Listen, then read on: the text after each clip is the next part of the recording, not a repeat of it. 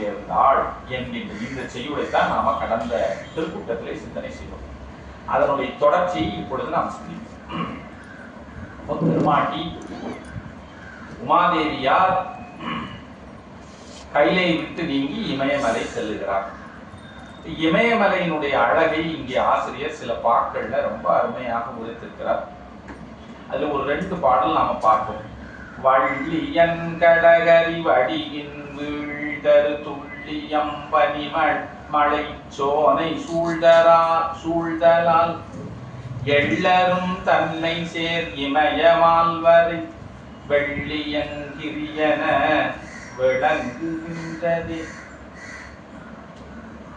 இமயமால்வரை வெள்ளியங்கிரியாக இருக்கக்கூடிய கைலாயத்தை ஒத்து இருக்கின்றது என்று சொல்லி ஆசிரியர் சொல்கிறார். ஏனென்று சொன்னால் இமயமலையிலே இடையராது பனி பொழிந்து கொண்டே இருக்கிறது. அந்த பனித்துளிகள் பனி பெய்து கொண்டே இருக்கின்ற காரணத்தினால் பொன் நிறத்தை உடைய அந்த மலையில் மீது இந்த பனி விழுந்து அதை வெள்ளி மலையாக மாற்றியிருக்கிறது. ஆக இந்த வெள்ளியங்கிரி என்கின்ற கைலாயத்தை ஒத்ததாக இது இருக்கின்றது என்று சொல்லி இங்கே பாடுகிறார். நீடிய மண்மகள் நிதியின் குப்பையை பாடுரு தன்னிலா படாமதொன்றினால் மூடினள் வைத்திடு முறையதேயனா ஓடுயர் வனிகொள் பொன் குன்றம் போன்றதே.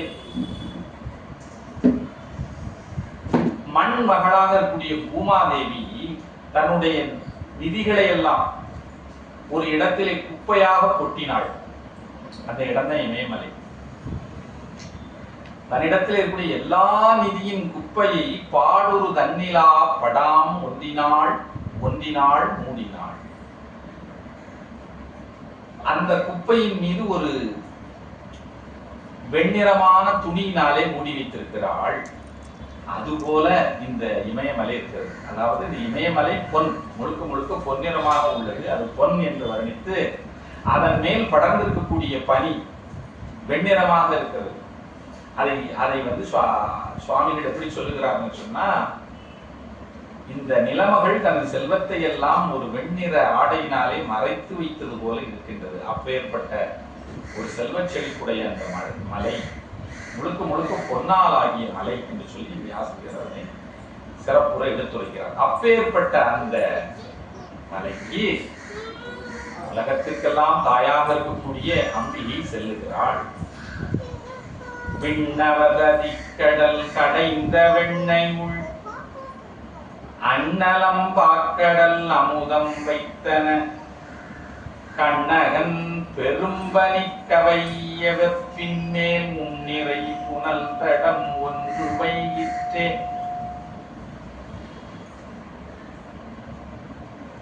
அதாவது பார்க்கடலிலே எப்படி அமுதம் இருக்கிறதோ அதுபோல இந்த இமயமலையிலே ஒரு புனல் தடம், அதுதான் மானசரோவர் ஏரி என்று நாம் சொல்லுகிறோம் இல்லையா, அங்கே ஒரு தடாகம் இருக்கிறது. அந்த தடாகம் அருகிலே அன்னதோர் தடத்திடை, நான் என்ன செய்கிறேன்னா பாடல்களை கொஞ்சம் சிறிது வேகமாகத்தான் போகிறேன். அன்னதோர் தடத்திடை அசல மன்னவன் மன்னிய கௌரிதன் மகன்மையாகவும் தன்னிகரிலா அரண் தனக்கு நல்கவும் முன்னுற அருந்தவம் முயன்று வைகினான். அந்த மானசரோவர் ஏரிக்கரையிலே அசல மன்னவனாக இந்த இமய ராஜன் தவம் செய்கின்றான். அரிய பெரிய தவத்தை செய்து கொண்டிருக்கிறான். எதற்காக தவம் செய்கிறான்? கௌரிதன் மகன்மையாகவும், கௌரியாக இருக்கக்கூடிய உமாதேவி தனக்கு மகளாக வேண்டும் என்பதற்காகவும், தன்னிகரிலா அரண் தனக்கு நல்கவும், தனக்கு ஒப்பாரும் இக்காரும் இல்லாத அரண் சிவபெருமான் தனக்கு மருமகனாக வந்து தனக்கு அருள் செய்ய வேண்டும் என்பதற்காகவும் முன்னொரு அருந்தவம் முயன்று வைகினான். அவன் ஒரு அரிய தவத்தை செய்து கொண்டிருக்கின்றான். மெய்த்தவமியற்றிய வெப்பன் காணிய அத்தடம் மலரும் ஓர் அரவிந்தத்தின் மேல் பைத்ததோர் குழவியின் வடிவத்துற்றனள் எத்திரத்துயிரையும் ஈன்ற தொன்மையாள். எத்திரத்து உயிரையும் ஈன்ற தொன்மையாள், எல்லா உயிர்களையும் ஈன்ற பழமையான தேவி. அந்த தேவி என்ன செய்கிறாள்? அந்த அற்புதமான மானசரோவர் ஏரியிலே ஒரு அரவிந்தத்தின் மேல், அரவிந்தம் என்றால் ஒரு தாமரை மலரின் மேலே பைத்ததோர் குழவியின் படிவத்து உற்றனள், ஒரு குழந்தையாக அங்கே எழுந்தருளி இருக்கின்றாள்.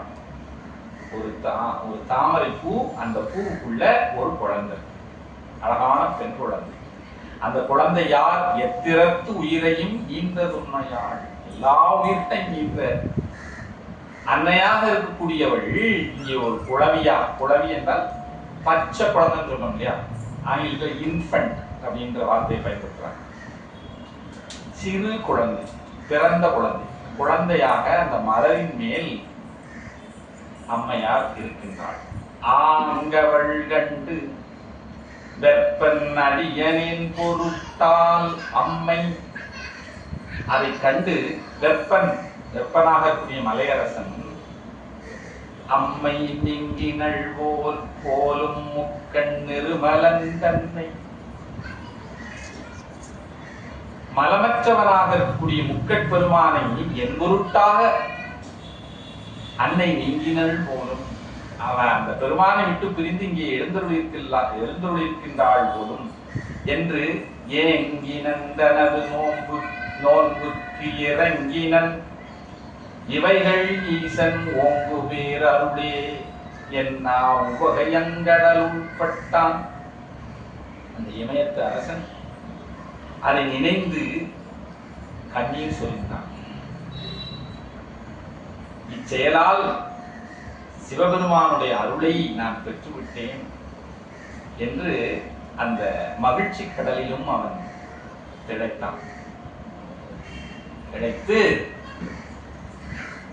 கண்ணுறு போத வாழி காந்திடரோமராசி உன்னிகள் அன்பு மிக்கு புறந்தனில் உழிகிற்றென்ன நன்மை ஒடிப்ப துள்ளி அடியனே உய்ந்தேன் என்னார் துண்ணன பாடியாடி அமலையை தொழுது நின்றார். அது மட்டுமல்ல, உடம்பிலே இருக்கக்கூடிய மயிர்களெல்லாம் புத்திட்டு நிற்க ரோமாஞ்சனம் அடைந்து மிகுந்த அன்போடு கண்களில் கண்ணீர் விட்டு அடியேன் உய்ந்தேன் உய்ந்தேன் என்று சொல்லி ஆடி பாடி அன்னையை தொழுது நின்றான். பங்கையத்த அபிசின்மைகும் பராவரை தனத்தனாது செங்கையின் எடுத்து வல்லே சென்னிமே தாங்கியே இத்துங்கனல் இமயத்தண்ணல் தொன்முறை இருக்கை புக்கு மங்கள் மேனை என்னும் மனைவிகை கொடுத்தான் மாதோ. அந்த அழகான குழந்தையை தன் இருகைகளாலும் எடுத்து சென்னிமேல் தாங்கி தலையிலே வைத்துக் கொண்டு தன்னுடைய அருமையான இல்லத்துக்கு சென்று தனது மனைவியாக கூடிய மேனையிடம்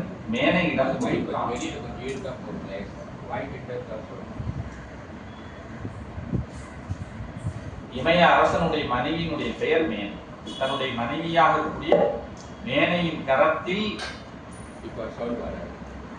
அந்த குழந்தையை கொடுத்தான். கொடுத்தலும் தொழுது வாங்கி கொற்றவர் இவள் நின்பாங்கர் அடுத்ததெங்கவனோ என்ன அரசனும் நிகழ்ந்த எல்லாம் எடுத்துரை செய்ய கேளா ஈசனது அருளோ என்னாவ் அடுத்தவிர் கப்பின் மேனை மனமுற மகிழ்ச்சி கொண்டாள்.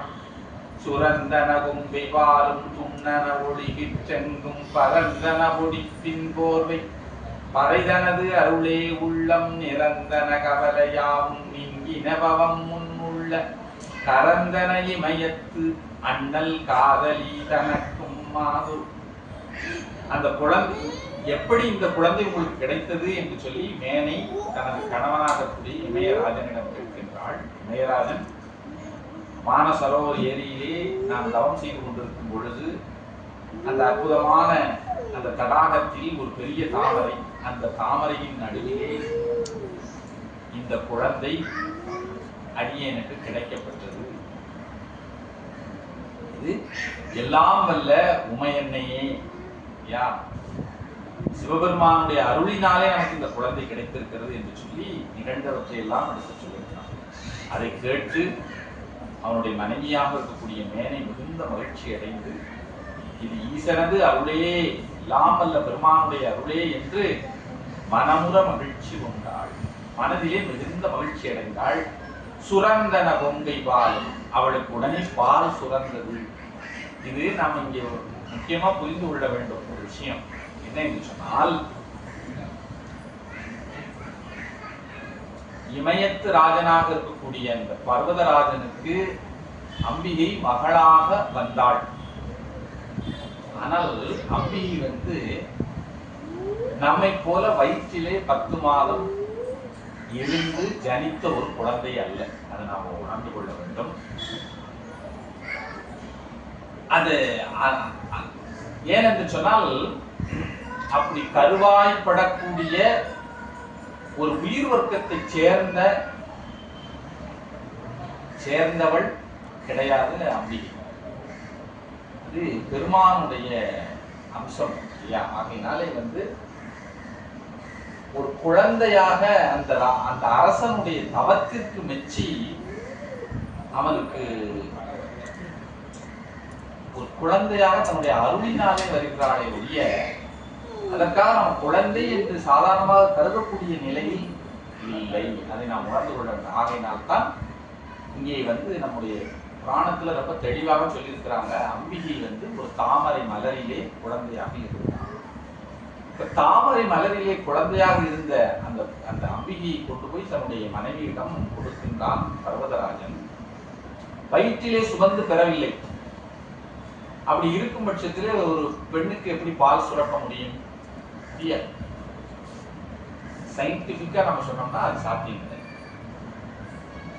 ஏன்னு சொன்னால், உண்மையாக கருவுறும் பொழுதுதான் அந்த பெண்களுடைய உடலில் பல மாற்றங்கள் நிகழ்கின்றன. பல்வேறு விதமான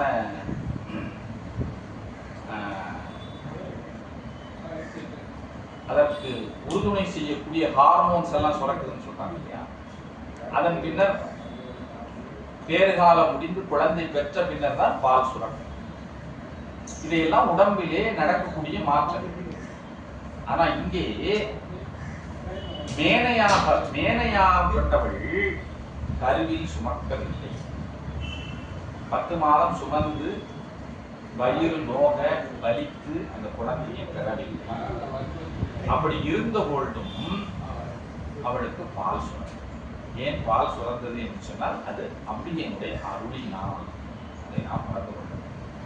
சுரந்தன கொங்கை பாலும் துண்ணன ஒளிதெற்றென்றும், அந்த விஷயத்தை நினைந்தவுடன் அவளுக்கு பால் சுரந்தது.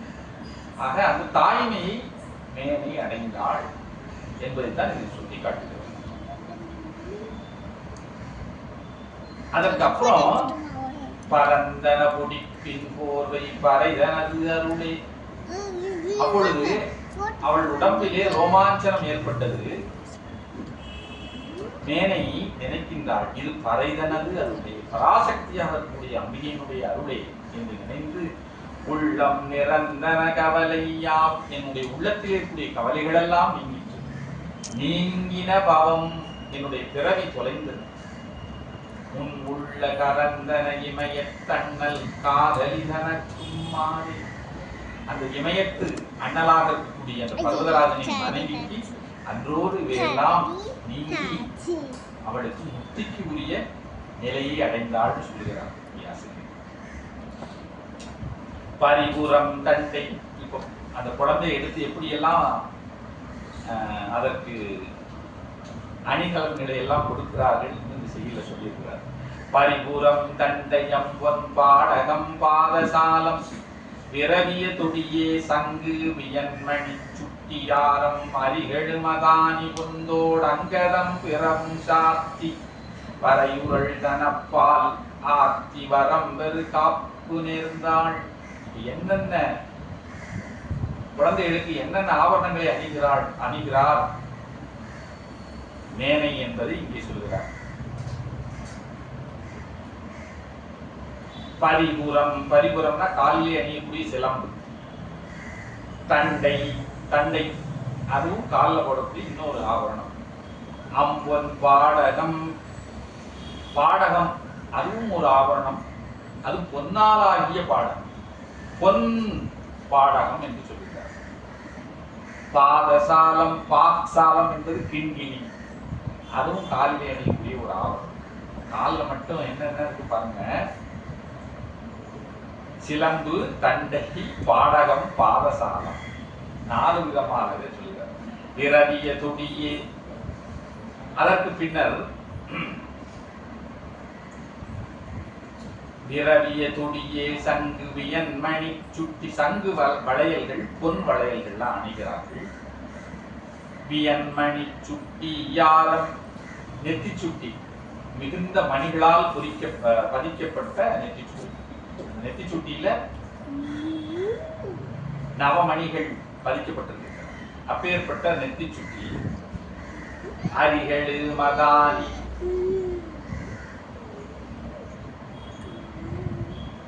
பொன் தோடு, பொன்னால் செய்யப்பட்ட தோடு. மதானி என்று சொன்னால் பதக்கம், ஒரு ஒரு நல்ல ஆரமம், அதாவது பொன்னால் செய்யப்பட்ட கோல்டு செயின் சொல்றோம் இல்லையா, பொன்னால் செய்யப்பட்ட ஒரு ஆரம். அந்த ஆரத்திலே ஒரு பதக்கம் அணிந்திருக்கிறார். மதானி அதுக்கு சொல்றாங்க. ஆரம் அரிகளு மதானி, ஒரு பதக்கத்தோடு கூடிய பொன்னால் செய்யப்பட்ட ஆரம், அதை அணிந்திருக்கிறார். அதுக்கப்புறம் பொன் தோடு அங்கதம். அங்கதம் என்பது தோளிலே அணியக்கூடிய ஒரு ஆவரணம். அங்கதம் பிறவும் சாத்தி, இன்ன பிறவும் சாத்தி, இவற்றையெல்லாம் அந்த குழந்தைக்கு சாத்தினான். யாரு? மேனை. வரையுறள் தனப்பாலாத்தி, தனது ஸ்தனங்களிலிருந்து சுரக்கக்கூடிய பாலை அந்த குழந்தைக்கு கொடுத்தான். வரம்பெரு காப்பு நேர்ந்தாள், காப்பையும் அணிந்தாள். இவ்வளவு ஆபரணங்களையும் அணிந்து அந்த குழந்தைக்கு அழகு பார்க்கின்றாள் தாயாக இருக்கக்கூடிய மேனை. பனைதர் பவளம் காலா வயிரமே மருங்கில். இப்போ அந்த குழந்தையை கொண்டு போய் தொட்டில்ல போடுகிறாங்க. அந்த தொட்டில் எப்படி இருக்குன்னு சொல்றாரு. பனைதர் பவளம் காலா வயிரமே மருங்கில் கோலா, உனையிரும் பலகை நீலா புரிந்தவன் தொட்டில் மேலா. பாருங்க, எல்லாம் அற்புதமான தமிழ் செய்யுள். தமிழை விரும்பி ரசிக்கக்கூடிய ஒரு நல்ல கெப்பாசிட்டி நம்மிடம் இருந்ததுன்னா இந்த ஒவ்வொரு பாடலுக்கும் ஒரு 100 பொன் கொடுக்கலாம். அப்பேற்பட்ட பாடல்கள். வளைதரு பவளம் காலா, இந்த தொட்டிலுடைய கால் பவளத்தினாலே செய்யப்பட்டிருக்கிறது. வைரமே மருங்கில் கோலா. அதுக்கப்புறம் அந்த தொட்டிலுடைய பக்கங்கள் எல்லாம் வைரங்களாலே, அதனுடைய சட்டங்கள் எல்லாம் வைரங்களாலே செய்யப்பட்டது. அதனுடைய கால் பவளம், சட்டங்கள் வைரம். புனையிரும் பலகை நீலா, அதனுடைய பலகைகள், அதாவது பலகை என்று சொன்னால் இந்த இடத்துல எப்படி பொருள் கொள்ள வேண்டும், அதை தாங்கி அதனுடைய அடிப்பகுதி இருக்கு, அதெல்லாம் நீலமணியினாலே செய்யப்பட்டதாக இருக்கிறது. அதுக்கப்புறம் புரிந்த பொன் தொட்டில் மேலா, மற்ற எல்லா பகுதிகளும் பொன்னால் செய்யப்பட்டது. தொட்டில் பொன் தொட்டில், கால்களெல்லாம் பவளம், சட்டங்களெல்லாம் வைரம்.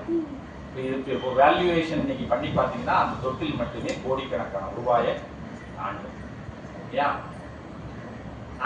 அனையவள் தன்னை மங்கையில் கொண்டும் தன்கோன் மணமகள் திறனால் பொத்தி மதியன வளர்க்கல் உற்றாள்.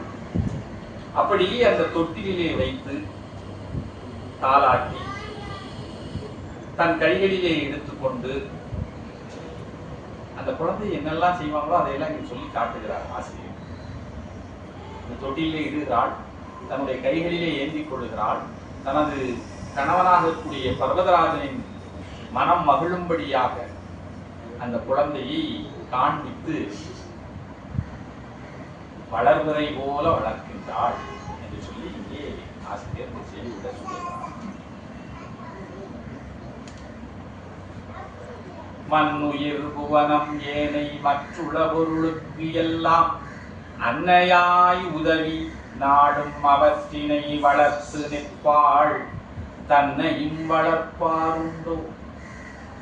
வளர்ந்தது சழக்கே அந்த கன்னிதன் அருளின் நீர்மை காட்டினள் போலும் மந்தே.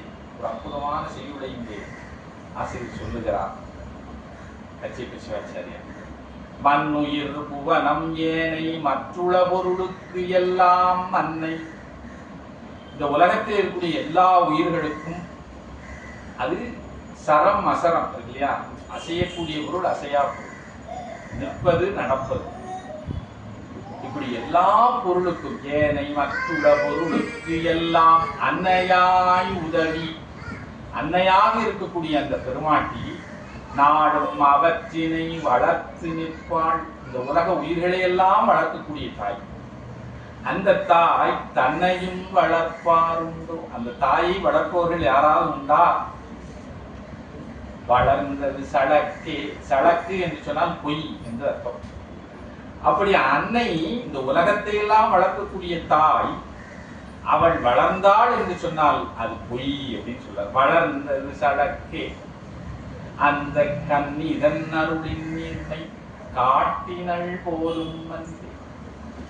தன்னுடைய அருளின் நீர்மையை காட்டுவதற்காக, தான் எப்பேற்பட்ட எளிவந்த பெருமாட்டி என்பதை இந்த உலக உயிர்களுக்கெல்லாம் காட்ட வேண்டும் என்பதற்காக என்ன செய்கின்றாள்? தான் ஒரு குழந்தையாக, தானும் பால் உண்டு.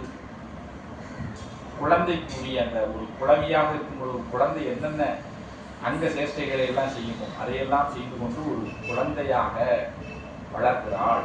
அது எதனால் என்று சொன்னால், அத்தகைய தவத்தை செய்த அந்த இமயராஜனுடைய அந்த தவத்துக்கு இறங்கி தான் அருள் செய்ய வேண்டும், அந்த அருளின் நீர்மையை காட்ட வேண்டும் என்பதற்காகத்தான் அவள் அவ்வாறு செய்தாள் என்று சொல்லி இங்கே ஆசிரியர். அம்பிகையினுடைய அருள் எத்தகைய எளிமைப்பட்ட ஒரு அருள். அப்ப அம்பிகையே நமக்கு மகளா வேண்டும்னா கூட அம்பிகை வருவதற்கு தயாராகத்தான் இருக்கின்றாள். அத்தகைய தவத்தை நாம் செய்ய தயாராக இருக்கிறோம். எல்லா நேரம் நல்லா உண்டு உறங்கி நாம பொழுதுபோக்கி புறக்கணித்தலை செய்தோம்னு சொன்னா நமக்கு அம்பிகை மகளாக வரமாட்டாள். நல்ல தவம் செய்து அறத்தையே செய்து தவத்தையே செய்து வாழக்கூடிய ஒரு வாழ்வியலை நாம் கொண்டு வாழ்ந்தால், அந்த இமயராஜனை போல வாழ்ந்தால் நமக்கும் அந்த கன்னி தன் அருளின் நீர்மை காட்டுவாள். நமக்கும் அதை காட்டுவாள் ஆசிரியர் சொல்லுகிற மாதிரி சொல்லியிருப்பார். தன்னுடைய அருளின் நீர்மையை காட்டுவதற்காக குழந்தையாக அவதரித்தாள். இந்தவாறு இணைய பாலாய் எம்பெருமாட்டி வைகி ஐந்தாண்டு அகன்ற பின்னை அயன் முதல் தேவஜாக்கும் தந்தையார் அருளை முன்னி தவமினி புரிவன் என்னா சிந்தியா இமயத் தோங்கல் செம்மலுக்கு உரைக்கல் உற்றாள்.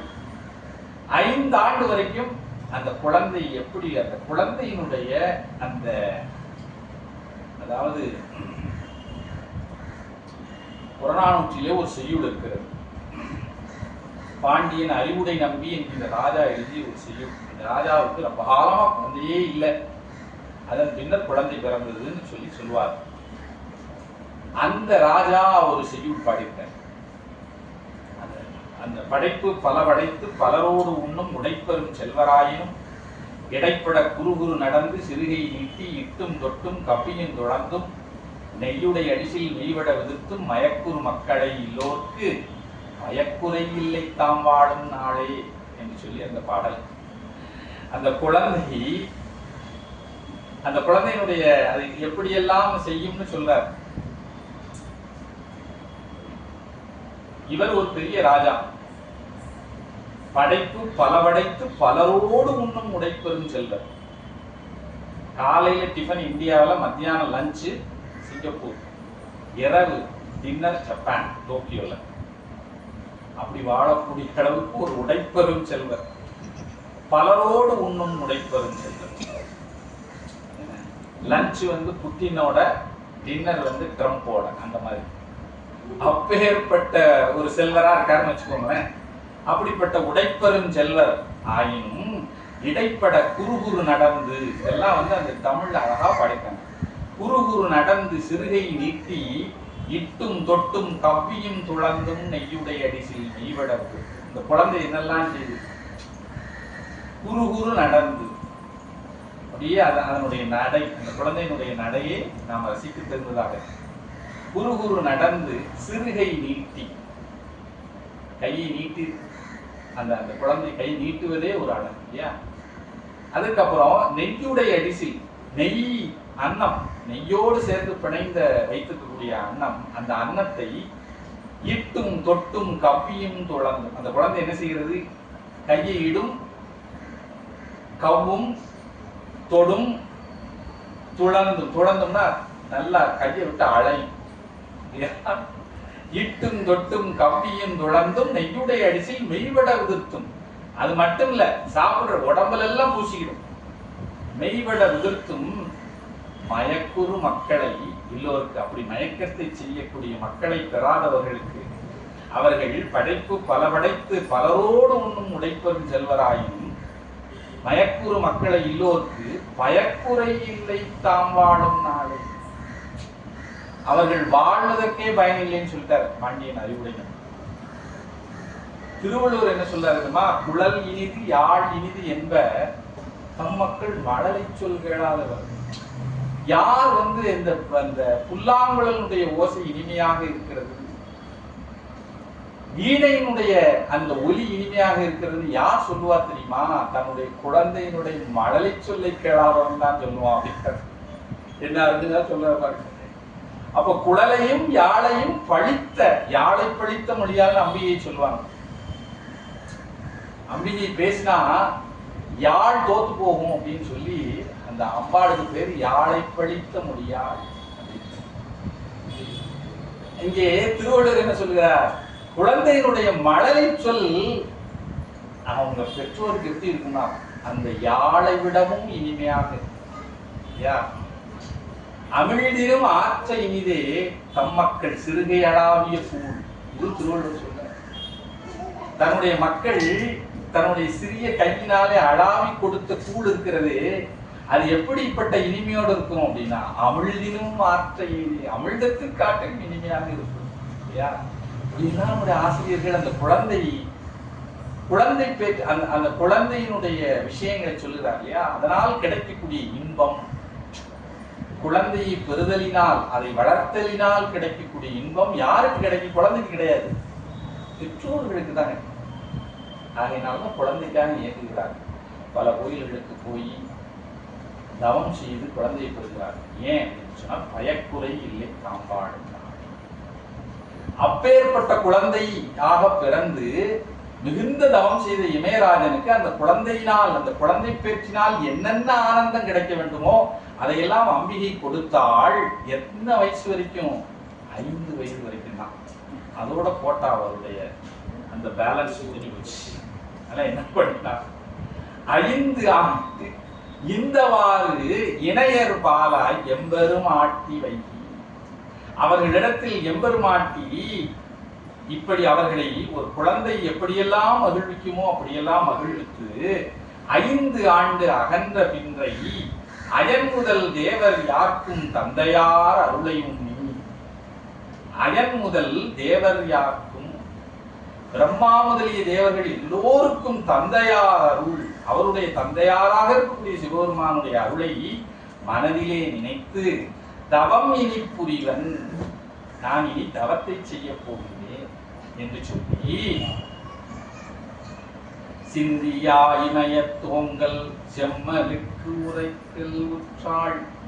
இமயராஜனாக இருக்கக்கூடிய பர்வதராஜனிடம் சொல்லுகிறாள், நான் இனி தவம் செய்யல. 5 வயதுல நாற்பெருந்தடந்தோள் அண்ணல் நலத்தக வரைந்து கொள்வான் நோற்பனால் இணையவற்பின் நுவலரும் ஒரு சாவைப்பின் ஏற்பதோ கன்னிமாரோடனை விடுத்து அருள்மோ என்ன பார்ப்பதியம்பலோடும் பணிவரை அரசன் சொல்வான். நான் சிவபெருமானுடைய திருவுருளை பெறுவதற்காக நோற்பன் தவத்தை செய்ய போகின்றேன்.